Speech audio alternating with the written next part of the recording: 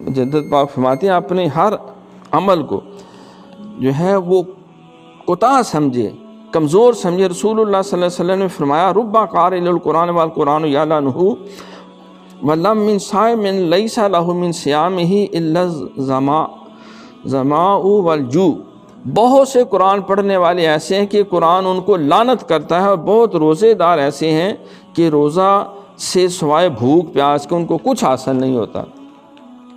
یہ بھی آپ کا فن ہے کہ قرآن تو پڑھتے ہیں، آپ بندہ کہ دیکھو جی میں تھے 7 قرآن پڑھ چھڑے نے، تو دل کرو بیچارے کو تعوذ بھی صحیح نہ آتا ہو، وہ تسمیہ بھی ٹھیک نہ پڑھتا ہو، وہ اعلیٰ حامد اس کو الحمد بھی نہ صحیح پڑھنا آتا ہو۔ تعوذ اعوذ باللہ من الشیطان، اعوذ باللہ من الشیطان الرجیم۔ ہمارے استاد محترم اللہ انہیں کروڑوں جنتے عطا کرے، قاری غلام جیلانی رحمۃ اللہ علیہ، تقریباً 32 یا 35 کی ہماری کلاس تھی، اور سوائے میرے اور ایک ہمارے دوست کے سارے حافظ قرآن تھے۔ حفاظ قرآن کی تجوید و قرات کی 2 سالہ جو کورس کی کلاس ہے، ہمیں پورا 2 مہینے صرف وہ تعوذ اور تسمیہ ٹھیک کراتے رہے کہ تعوذ کیسے پڑھنا، تسمیہ کیسے پڑھنا۔ حفاظ قرآن کو جنہیں 6666 آیتیں یاد ہے اور ایک ٹانگ پہ کھڑے ہو کے پورا مسئلہ وہ سنا دیتے ہیں، ان کا تعوذ اور تسمیہ ٹھیک کر رہے ہیں کتنی دیر میں؟ جو ماہر مشاق قاری، وہ جو استاد المشاقین تھے، قرہ تھے، نجم القرہ نہیں شمس القرہ، قاریوں کے سورج تھے، وہ ٹھیک کروا رہے ہیں کن کو؟ عظیم فاروقی کو، قاری بابر نواز کو۔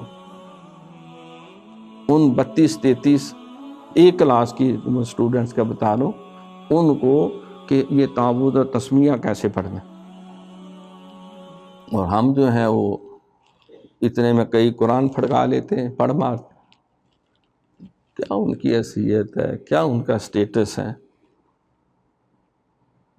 تو انسان اپنے ہر عمل کو ناقص سمجھے، ادھورا سمجھے۔ خدا جانے ہم جو قرآن پڑھ رہے ہیں وہ ہے ہی نہیں جو نبی پاک صلی اللہ علیہ وسلم پہ نازل ہوا، اللہ جانے آقا باقا کیا پڑھ رہے ہیں۔ فاتحہ شریف میں کتنی غلطیاں، سورۃ قل واللہ شریف ایک تو بہت ساروں کو آتی نہیں، جنہیں آتی ہے وہ بھی لہنے جلی کھل کھلا کے دونوں ٹخنے جوڑ کے کرتے، اور پھر نتھنے پھلا کے کہتے ہیں دیکھو کیسی زبردست پڑھی ہے۔